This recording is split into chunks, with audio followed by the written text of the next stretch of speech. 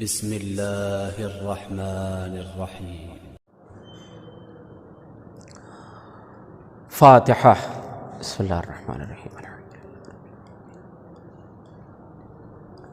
وإياك نستعين اهدنا الصراط المستقيم۔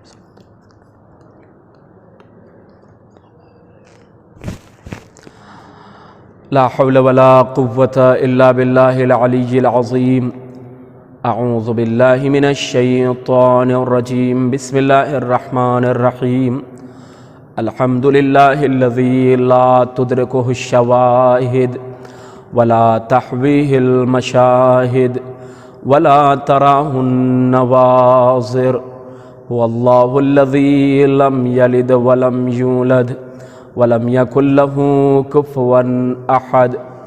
الصلاة والسلام ويخصك بالتحية والإكرام مولا ومولى الثقلين جد الحسن والحسين أبي القاسم محمد، اللهم صل على محمد وعلى محمد وعلى آل بيت الطيبين الطاهرين المعصومين المظلومين، ولعنة الله على أعدائهم أجمعين من الآن إلى قيام يوم الدين۔ أما بعد، فقد قال الله تبارك وتعالى في كتابه الكريم وقوله الحق، بسم الله الرحمن الرحيم، فإنك لا تسمع الموتى ولا تسمع الصم الدعاء ولوا مدبرين وما أنت بهاد العمي عن ضلالتهم إن تسمع إلا من يؤمن بآياتنا فهم مسلمون۔ صلوات بر محمد وآل محمد پر، اللہم صلی علی محمد وآل محمد۔ عزیزان محترم، محبان امیر المؤمنین علی بن ابی طالب علیہ الصلاۃ والسلام، آزاداران مظلوم کربلا،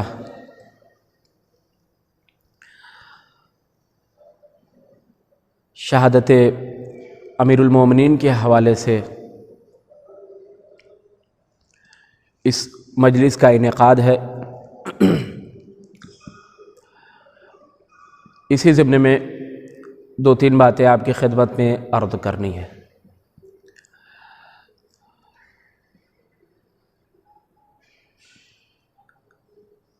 جس آیت کی میں نے تلاوت کا شرف حاصل کیا ہے، سورہ روم کی آیت، اس آیت میں ارشاد ہو رہا ہے کہ آپ مردہ افراد کو اپنی باتیں نہیں سنا سکتے، اور نہ ہی ان افراد کو اپنی باتیں سنا سکتے ہیں جنہوں نے آپ کی طرف اپنی پشت کر لی ہو۔ نہ آپ گمراہوں کو گمراہی سے نجات دلا سکتے ہیں، نجات دے سکتے ہیں، آپ بس ان لوگوں کو پیغام سنا سکتے ہیں، اپنی بات سنا سکتے ہیں جو ہماری آیات پر ایمان لے کر آئے ہیں۔ فہم مسلمون، وہی افراد کیا ہے؟ مسلمان ہیں۔ اسی آیت کے ضمن میں اس بات کو بیان کرنا ہے کہ وہ کون سے افراد ہیں جو ولایت علویہ کو قبول نہیں کر سکتے، اور کیوں قبول نہیں کر سکتے۔ پوری توجہ چاہتا ہوں آپ سے۔ اس آیت کو 4 حصوں میں تقسیم کیا گیا، اور اسی اعتبار سے انسانوں کی 4 قسمیں بھی تقسیم کی گئی۔ انسان کی پہلی قسم کہ انسان جسم کے اعتبار سے زندہ ہے مگر قلب و روح کے اعتبار سے مر چکا ہے، یعنی اب اس کے اندر سوچنے کی، سمجھنے کی، درک کرنے کی صلاحیت کیا ہے؟ ختم ہو گئی۔ دوسرا گروہ جس کے پاس آنکھ تو موجود ہے مگر حق کو وہ آنکھ دیکھنے سے محروم ہے۔ تیسرا گروہ ان لوگوں کا ہے جن کے پاس کان تو موجود ہے مگر وہ حق کی بات سننے سے محروم ہے۔ چوتھا گروہ مومنین کا ہے، مسلمین کا ہے، جن کا دل بھی زندہ ہے، جن کے پاس دیکھنے والی آنکھیں بھی موجود ہے، جن کے پاس سننے والے کان بھی موجود ہیں۔ وہی افراد پیغمبر کی باتوں کو سنتے ہیں اور اس پر عمل کرتے ہیں۔ پوری توجہ رکھیے گا۔ اس کے بعد یہ بات پتہ چلتی ہے کہ حق سے انحراف کی 3 وجہ سامنے آتی ہے۔ نمبر 1، دل کا مردہ ہونا حق سے انحراف کرنے کی سب سے پہلی وجہ۔ عدم سماعت کا ہونا حق سے انحراف کی دوسری وجہ۔ عدم بصارت کا ہونا حق سے انحراف کی تیسری وجہ۔ گویا جب انسان کا دل مردہ ہو جائے تو اب وہ حق کی باتوں کو قبول نہیں کر سکتا۔ کیوں؟ اس لیے کہ اس کے اندر سوچنے کی، سمجھنے کی صلاحیت اور درک کرنے کی صلاحیت کیا ہے؟ ختم ہو جاتی ہے۔ وہ کون لوگ ہیں جن کا دل مردہ ہے؟ وہ کیسے افراد ہیں جنہیں قرآن نے مردہ کہا ہے اور ان کی طرف اشارہ کیا گیا ہے؟ اور وہ کون افراد ہیں جن کے مردہ دل ہونے کی وجہ سے ولایت علی کے کیا ہے؟ منکر ہو رہے ہیں۔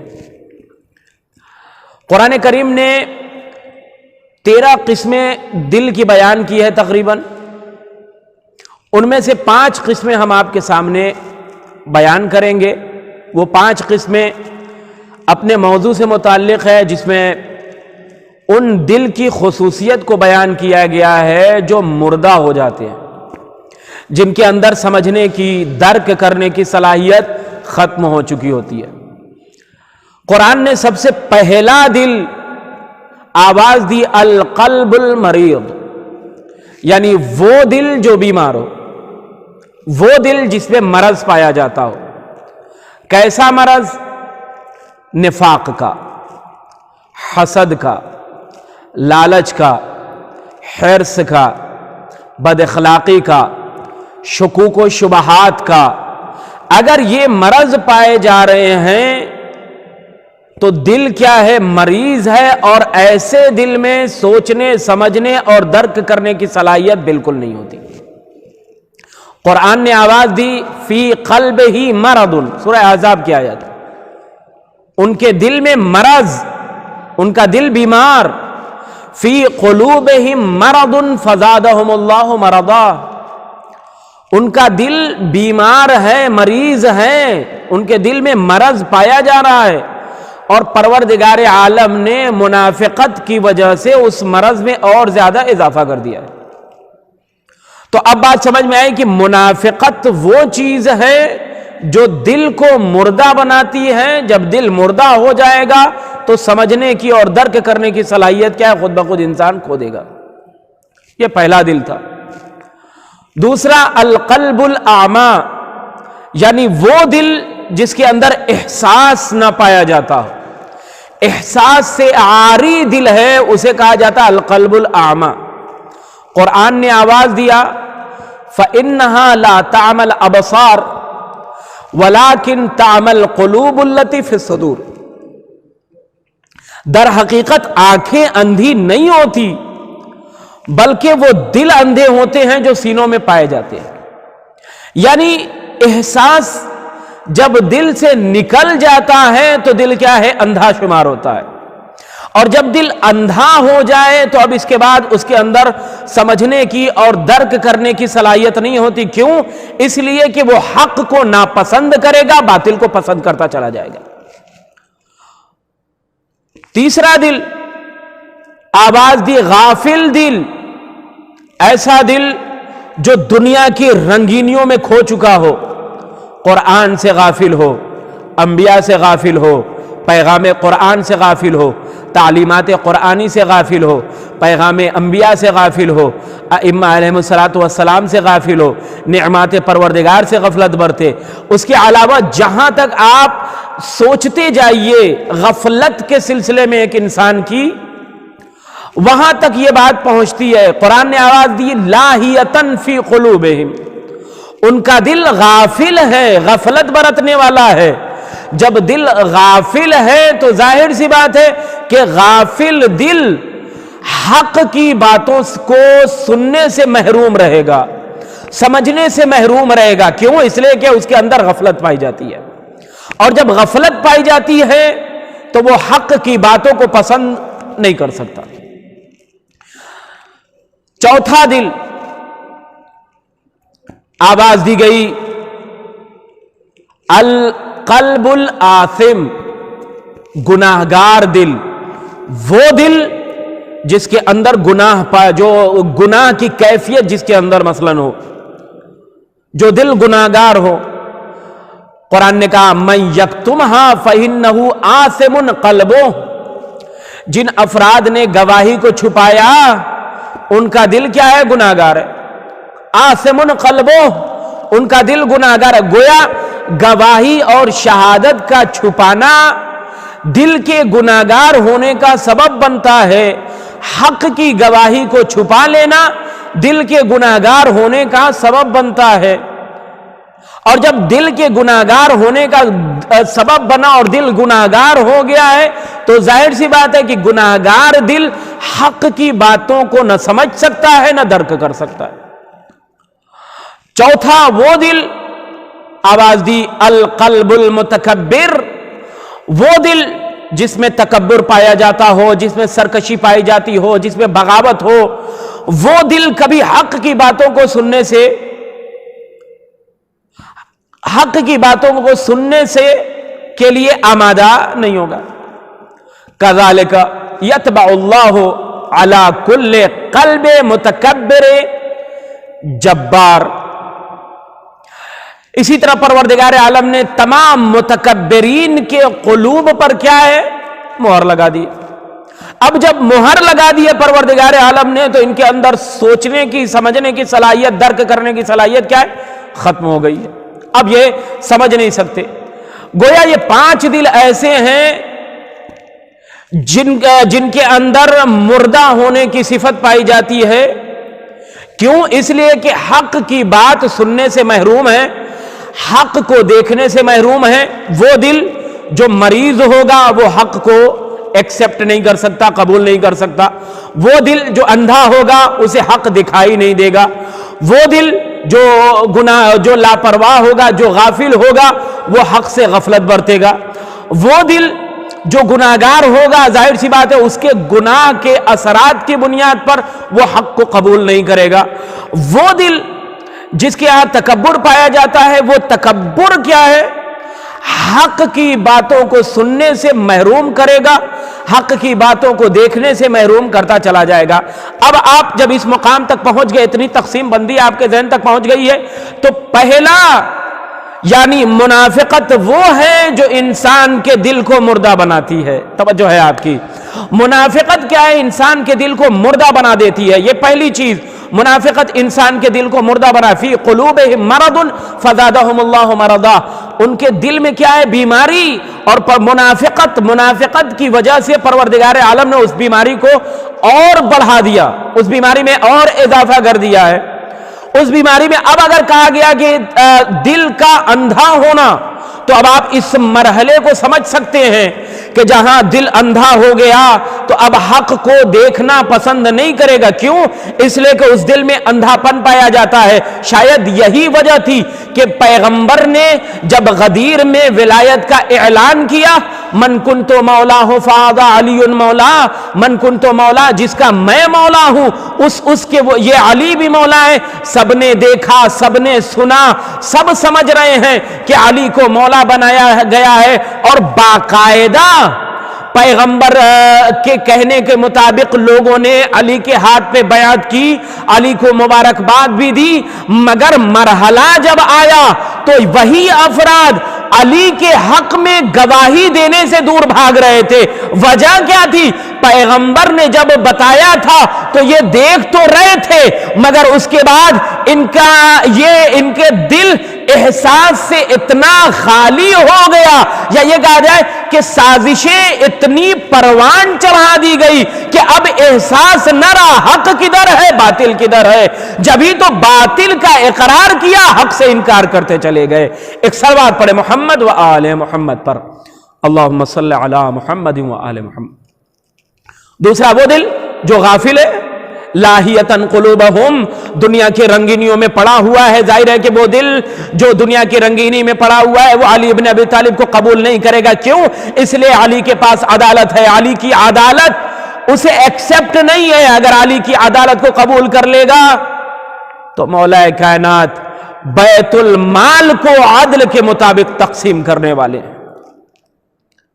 اس کے بعد من یکتمھا فإنہ آثم قلبہ، کہ جن لوگوں نے شہادتوں کو چھپایا، گواہیوں کو چھپایا، ان کا دل کیا ہے؟ گناہگار ہے۔ اب ذرا سورہ بقرہ کی اس آیت کو دیکھیے جہاں یہودیوں کے بارے میں کہا جاتا ہے کہ یہودی پیغمبر کو اپنے بیٹے کی طرح پہچانتے تھے، مگر ان کا ایک گروہ کیا ہے؟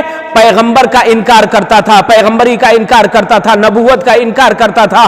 وہ سارے کے سارے پیغمبر کو اپنے بیٹے کی طرح، کیا کوئی ایسا ہو سکتا ہے جو اپنے بیٹے کو بھول جائے، اپنے بیٹے کو فراموش کر دے؟ نہیں نہیں، کوئی ایسا دکھائی نہیں دیتا جو اپنے بیٹے کو فراموش کر دے۔ مگر یہودیوں نے اس کے باوجود کیا ہے؟ پیغمبر کے حق کو چھپایا، پیغمبر کی نبوت کو چھپایا، پیغمبر کی نبوت کو چھپاتے چلے گئے۔ یہاں ایک جملہ کہ یہی جو یہودیوں کی صفت ہے، نہیں پتا مسلمانوں کے اندر کہاں سے چلی آئی، جو پیغمبر کی وفات کے بعد علی کے حق کو چھپاتے چلے جا رہے تھے۔ ایک صلوات پڑھے محمد و آل محمد پر، اللہم صلی علی محمد و آل محمد۔ اور آپ اندازہ لگائیں اس کے بعد کیا ہے؟ اس کے بعد کیا کہا گیا؟ وہ دل جو سرکش ہے، جو باغی ہے، جو متکبر ہو چکا ہے، اس دل کی جو صفت ہے وہ صفت اس دل کو مردہ بنا دیتی ہے۔ اور یہ تمام قلوب کی کیفیت ہے، کیٹیگری ہے، جہاں کیا ہے کہ انسان کا دل مردہ ہو جاتا ہے، جس بنا پر انسان کا دل مردہ ہو جاتا ہے۔ مریض مردہ ہونے کی دلیل، قلب کا اندھا ہونا مردہ ہونے کی دلیل، قلب کا لاپرواہ اور غافل ہونا مردہ ہونے کی دلیل، قلب کا گناہگار ہونا مردہ ہونے کی دلیل، قلب کا متکبر سرکش اور باغی ہونا مردہ ہونے کی دلیل۔ ظاہر سی بات ہے جب دل کے اندر اتنی باتیں آ گئی ہے کہ وہ مردہ ہو چکا ہے تو اب حق کی باتوں کو قبول نہیں کر سکتا۔ تتمہ کلام میں ایک بات کہہ دوں، یہ وہ آیت ہے جس سے ایک مکتب فکر کے افراد اس بات کے اوپر دلیل پیش کرتے ہیں کہ مردے سن نہیں سکتے، لہذا پیغمبر سے توسل کرنا جائز نہیں، لہذا ائمہ سے توسل کرنا جائز نہیں، لہذا ائمہ کو پکارنا جائز نہیں، پیغمبر کو پکارنا، ان سے دعا مانگنا جائز نہیں، بدعت بتاتے ہیں۔ ان کے لیے بس ایک سے دو جملے اور زحمت تمام، کچھ اس طریقے سے کہ جتنے مکاتب فکر ہیں اسلام میں وہ سارے کے سارے جب نماز کے لیے کھڑے ہوتے ہیں، نماز پڑھتے ہیں، تو آواز اختتام نماز میں ایک جملہ السلام علیکہ ایھا النبی ورحمۃ اللہ وبرکاتہ، کیا السلام علیکہ ایھا النبی ورحمۃ اللہ وبرکاتہ، یہ نماز میں پیغمبر پر سلام کیوں بھیجا جا رہا ہے؟ سلام تو ان کو کیا جاتا ہے جو زندہ ہوتے ہیں، مردوں کو سلام نہیں کیا جاتا۔ تمام کے تمام مکاتب فکر اسلام کے جب بھی کھڑے ہوتے ہیں تو پیغمبر کو سلام کرتے ہیں، پیغمبر السلام علیکہ ایھا النبی ورحمۃ اللہ وبرکاتہ، السلام علینا وعلی عباد اللہ الصالحین، یہاں تک کہ صالح بندوں پر بھی سلام کیا جا رہا ہے۔ اس کا مطلب یہ ہے کہ پیغمبر زندہ ہے، جن کو سلام کیا جا رہا ہے، صالح بندے زندہ ہیں، حیات ظاہری ان کے پاس نہیں ہے، حیات باطنی موجود ہے۔ اور یہی وجہ ہے کہ جب ہم کہتے ہیں السلام علیکہ یا نبی اللہ، السلام علیکہ یا حبیب اللہ، السلام علیکہ یا رسول اللہ، السلام علیکہ یا ابا عبداللہ، السلام علیکہ یا ابا الفضل العباس، تو یہاں فقط دعا کرنا مقصود نہیں ہوتا کہ اے ابا الفضل العباس آپ پر سلام ہو، اے رسول خدا آپ پر سلام ہو، اے فاطمہ زہرا آپ پر سلام ہو۔ نہیں، فقط دعا دینا مقصد نہیں ہوتا، بلکہ مقصد یہ ہوتا ہے اے ابا عبداللہ، اے فاطمہ الزہرا، اے رسول خدا، ہم اپنے مکمل وجود کے ساتھ آپ کے سامنے جھکے ہوئے ہیں، ہم مکمل وجود کے ساتھ اپنے آپ کو تسلیم کیے ہوئے ہیں۔ جب تسلیم کر کے کوئی پیغمبر کے سامنے تسلیم ہو جاتا ہے تو اب ادھر سے جب جواب آتا ہے وعلیک السلام، تو یہی جواب انسانوں کی زندگی کی ضمانت بن جاتا ہے، انسانوں کی بقا کے لیے ضامن ہو جاتا ہے۔ ایک صلوات پڑھے محمد و آل محمد پر، اللہم صلی علی محمد و آل محمد۔ اب آپ اندازہ لگائیں، ولایت علی کا انکار کرنے والے وہی افراد ہیں جن کا دل کیا ہے؟ مردہ ہے۔ یہاں تک کہ اہل بیت علیہ الصلوۃ والسلام، ان کے افکار یا ان کے سلسلے میں جو بھی باتیں کی جاتی ہے، جو بھی اس طرح کی باتیں منسوب کرتا ہے اور بدعت کے الفاظ اپنی زبان سے نکالتا ہے، اس کے لیے بھی یہی ہے کہ اس کا دل مردہ ہے، جس کی وجہ سے کیا ہے؟ وہ یہ کہتا ہوا نظر آتا ہے کہ ان سے توسل کرنا صحیح نہیں۔ بس عزیزو، آپ کی زحمت تمام، یہیں تک مجھے لانا تھا۔ آج یقیناً زینب یتیم ہو چکی ہے، آج عباس یتیم ہو گیا، آج حسین غریب یتیم ہو گئے، آج ام کلثوم یتیم ہو گئی ہے، آج وہ جا رہا ہے جو دنیا کا مشکل کشا ہے، آج وہ جا رہا ہے جس نے اسلام کو حیات بخشی، آج وہ اس دنیا سے رخصت ہو رہا ہے جو عباس کا بابا ہے، جو حسین کا بابا ہے، جو حسن، زینب و ام کلثوم کا بابا ہے۔ آج حاجتوں کو بر لانے والا اس دنیا سے رخصت ہو رہا ہے۔ دعائے توسل کا ایک فقرہ اور اس کے بعد مصائب۔ یا ابا الحسن یا امیر المؤمنین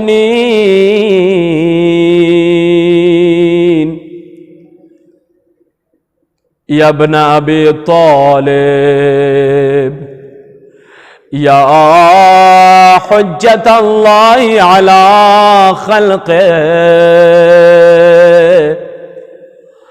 یا سیدنا و مولانا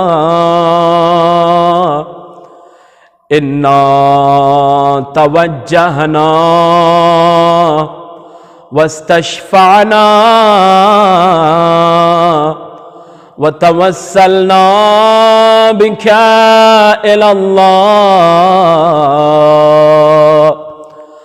وقدمناك بين يدي حاجاتنا يا وجيها عند الله اشفع لنا عند الله يا وجيها عند الله اشفع لنا عند الله ہاں عزیز و عزادارو، شب 19 رمضان المبارک میرا مولا بڑی بے چینی کے ساتھ اپنی رات گزار رہا تھا۔ کبھی میرا مولا سین خانہ میں آ کر آسمان کے طرف دیکھتا تھا، آواز دیتا تھا، ہائے میرا وہ وقت قریب آ گیا۔ عزیزو جب صبح نمودار ہوئی، میرا مولا گھر سے باہر نکلنے کے لیے سین خانہ میں پہنچے۔ مرغابیوں نے امام کا دامن پکڑنا شروع کیا۔ آواز آئی، بابا بابا، آج مرغابیاں آپ کا دامن کیوں پکڑ رہی ہیں؟ اے بابا، یہ مرغابیاں اس طریقے سے اپنی آوازیں فضا میں کیوں بلند کر رہی ہیں؟ ایسا لگتا ہے یہ گریہ کر رہی ہوں۔ ایک مرتبہ میرے مولا نے آواز دی، یہ نوحہ کر رہی ہیں، یہ ماتم کر رہی ہیں۔ میرا مولا مسجد میں تشریف لائے، ایک مرتبہ گلدستہ اذان پر آئے، امام نے آواز بلند کی، اللہ اکبر۔ امام کی آواز میں اتنا درد تھا، زینب کلثوم مصلی سے اٹھ گئی، ہائے آج میرے بابا کی آواز میں اتنا درد کیوں ہے؟ پورا کوفہ رونے کی آواز بلند ہو گئی۔ علی کی آواز میں بڑا عجیب و غریب درد محسوس ہو رہا ہے۔ جزاکم اللہ، خدا آپ کو کوئی غم نہ دے سوائے غم مظلوم کربلا کے۔ بڑا عجیب و غریب درد محسوس ہو رہا ہے۔ میرا مولا مصلی عبادت پر آیا، ادھر ابن ملجم تلوار نکال کر آگے بڑھا، وہ تلوار جو زہر میں بجھی ہوئی تھی، میرے مولا کے سر پہ ضربت لگائی۔ امام نے آواز دی، فزت ورب الکعبہ، رب کعبہ کی قسم میں کامیاب ہو گیا، رب کعبہ کی قسم۔ ایک مرتبہ امام حسنین نے میرے مولا کو سنبھالا، امام نے آواز دی، بیٹا حسن نماز جماعت کو مکمل کرو۔ نماز جماعت مکمل کی گئی، میرے مولا نماز کے بعد گھر تشریف لائے، طبیب کو بلایا گیا۔ طبیب نے کیا دیکھا؟ امام کا جسم زرد پڑا ہوا ہے۔ طبیب نے آواز دی، مولا آپ کے جسم کا فقط ایک علاج ہے، جتنا زیادہ ہو سکے شیر پلایا جائے۔ اتنا سننا تھا کہ ایک مرتبہ میرا مولا حسن گھر سے دروازے پر آئے، کیا دیکھتے؟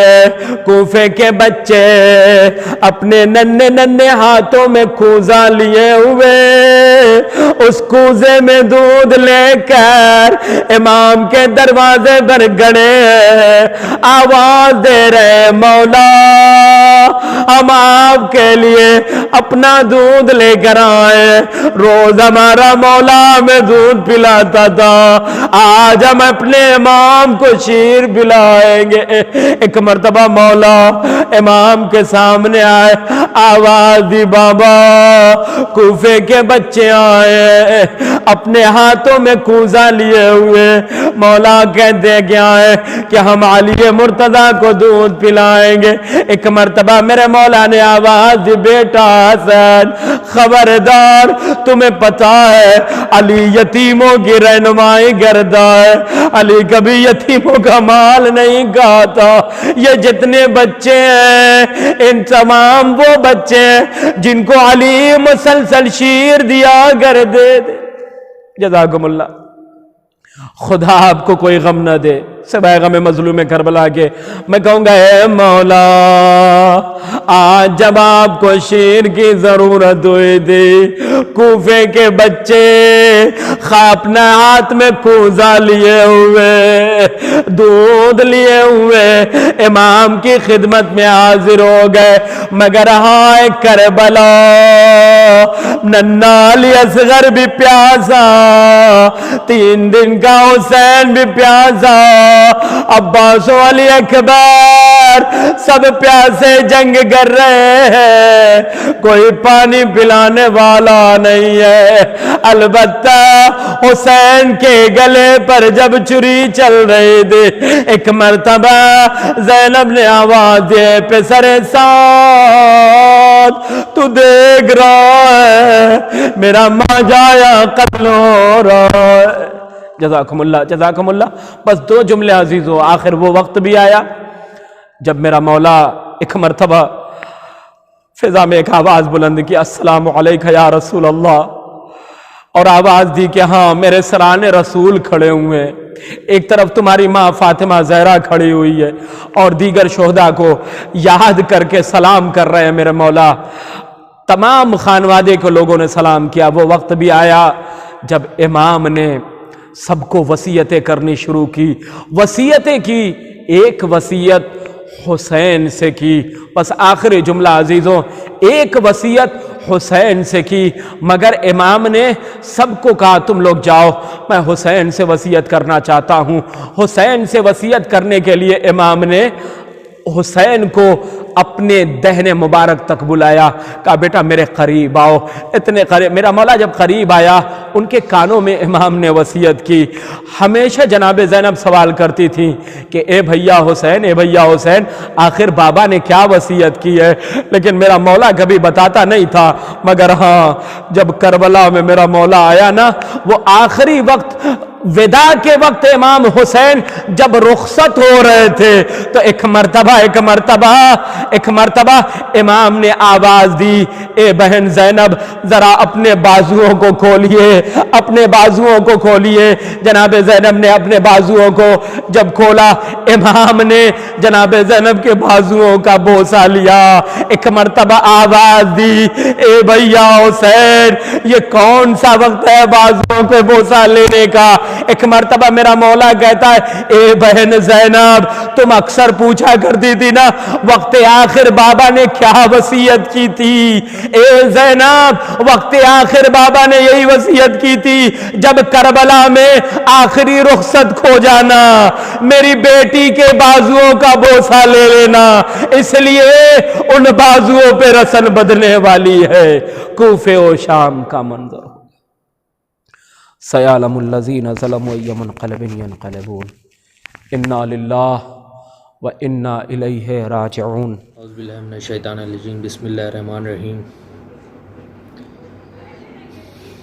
بابا پہ چلی تیرے جفا روتی ہے زینب،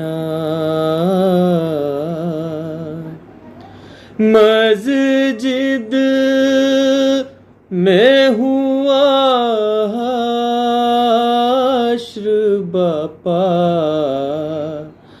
روتی ہے زینب، بابا پہ چلی تیرے جفا روتی ہے زینب، یارا تیرے صدقے میرے بابا کو بچا لے،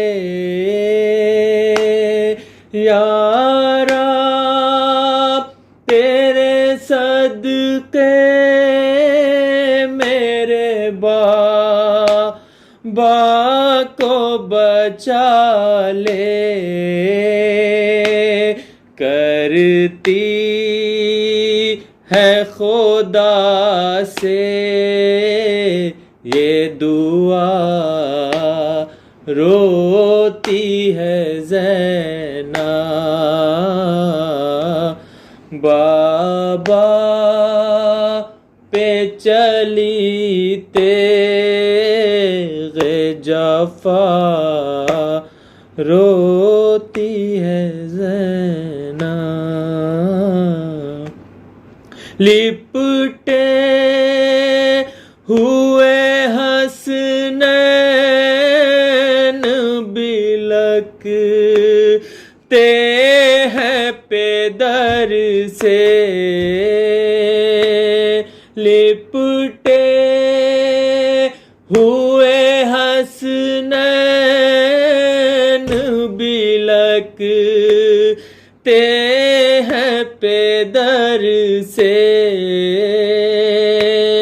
زخمی صلوات اللہم صلی علی محمد وعلی محمد اسد اللہ الغالب غالب علی کل غالب یا مدہر العجائب علی ابن ابی طالب اسد اللہ الغالب غالب علی کل غالب یا مظہر العجائب علی ابن ابی طالب ہوا تھا جب مولا پہ وار سجدے میں تھا وہ روزے دار سر ہو گیا تھا خون بار رونے لگے تھے سوگوار كنت لدين سلاما سرتاخا ثم إماما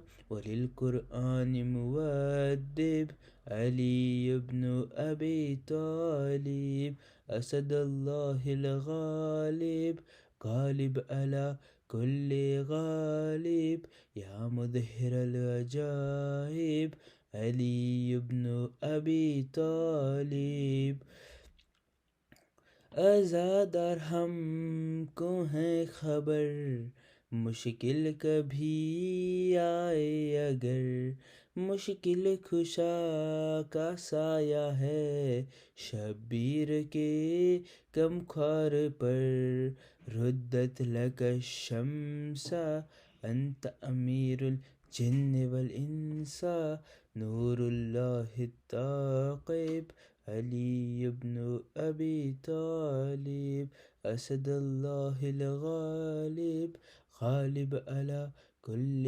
غالب یا مظہر العجائب علی ابن ابی طالب اسد اللہ الغالب غالب علی کل غالب یا مظہر العجائب علی ابن ابی طالب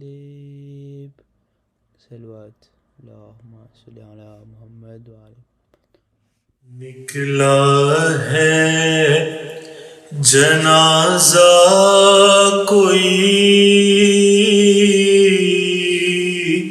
اللہ کے گھر سے نکلا ہے جنازہ کوئی اللہ کے گھر سے افلاک میں ایک شور ہے ماتم کے اثر سے افسوس کے مسجد میں نمازی گیا مارا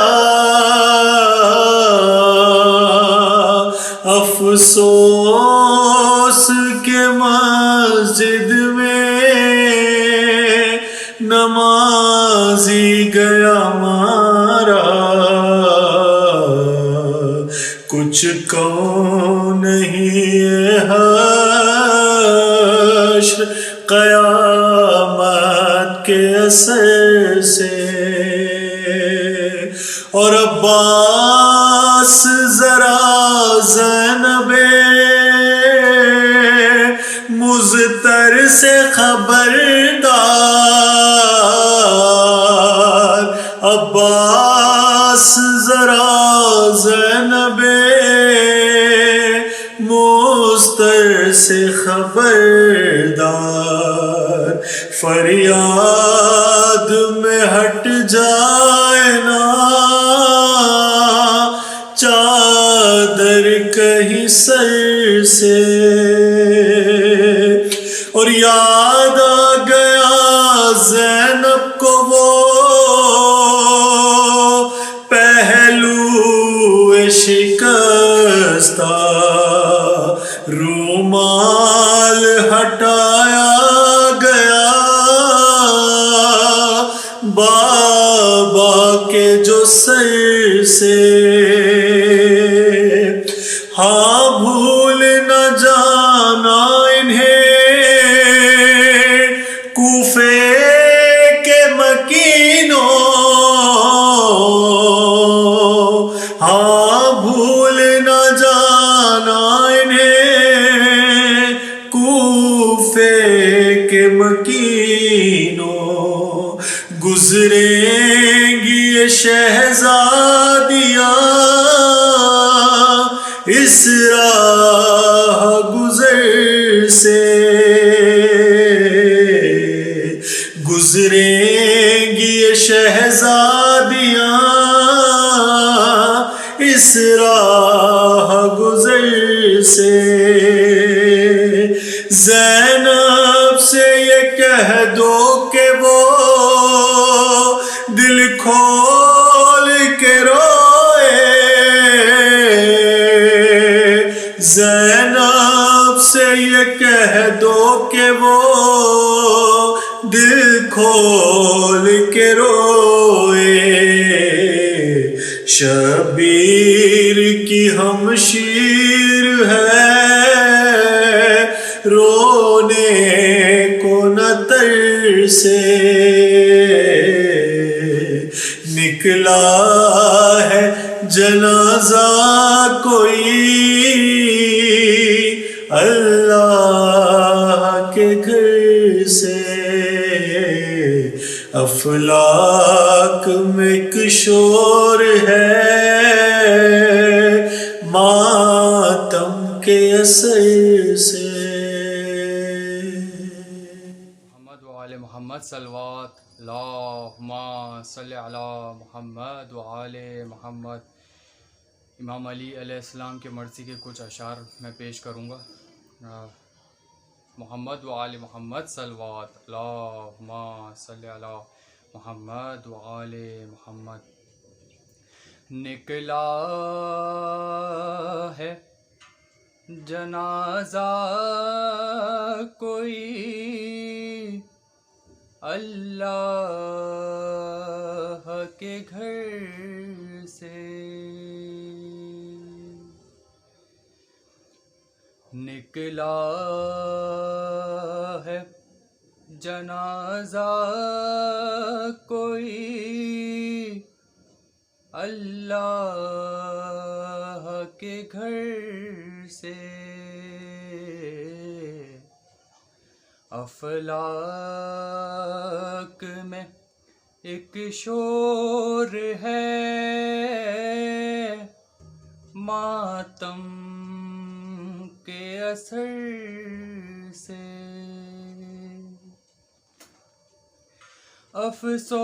افسوس کے مسجد میں نمازی گیا مارا،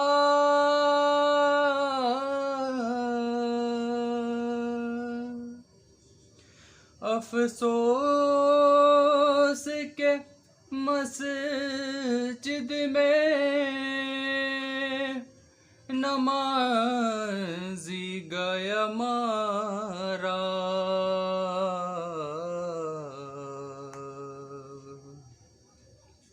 کچھ کم نہیں یہ حشر قیامت کے اثر سے،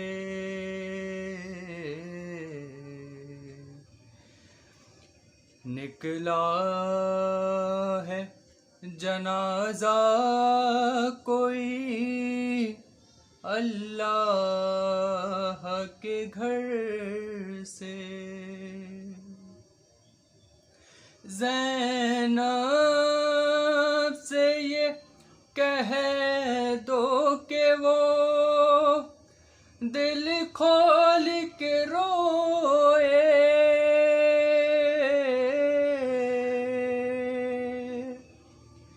زینب سے یہ کہہ دو کہ وہ دل کھول کے روئے، شبیر کی ہم شیر ہیں، رونے کو نہ ترسے، نکلا ہے جنازہ کوئی اللہ کے گھر سے، عباس ذرا زینب مضطر سے خبردار،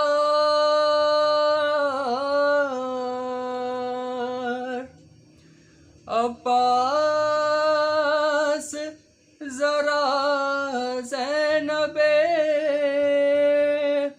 مضطر سے خبردار،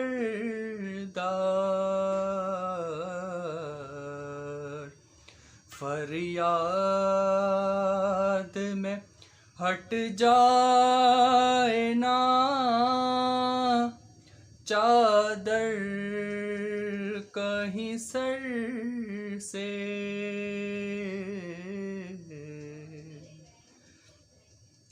ہاں بھول نہ جانا انہیں کوفے کے مکینوں، ہاں بھول نہ جانا انہیں کوفے کے مکینوں، گزریں گی یہ شہزادیاں اس راہ گزر میں، گزریں گی یہ شہزادیاں اس راہ گزر سے،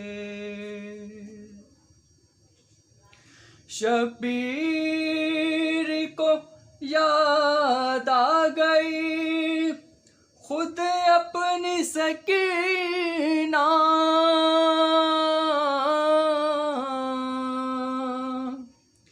شبیر کو یاد آ گئی خود اپنی سکینہ،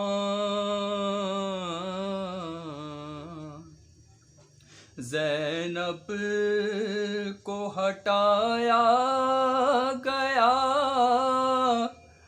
جب لاش پدر سے،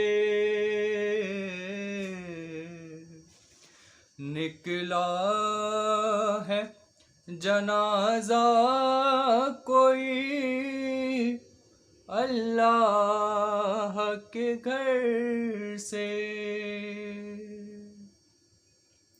یاد آ گیا زینب کو وہ پہلو شکستہ، یاد آ گیا زینب کو وہ پہلو شکستہ،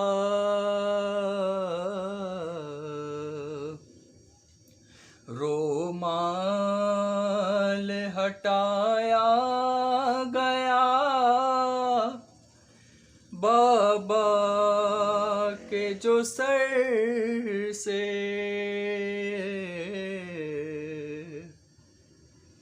نکلا ہے جنازہ کوئی اللہ کے گھر سے،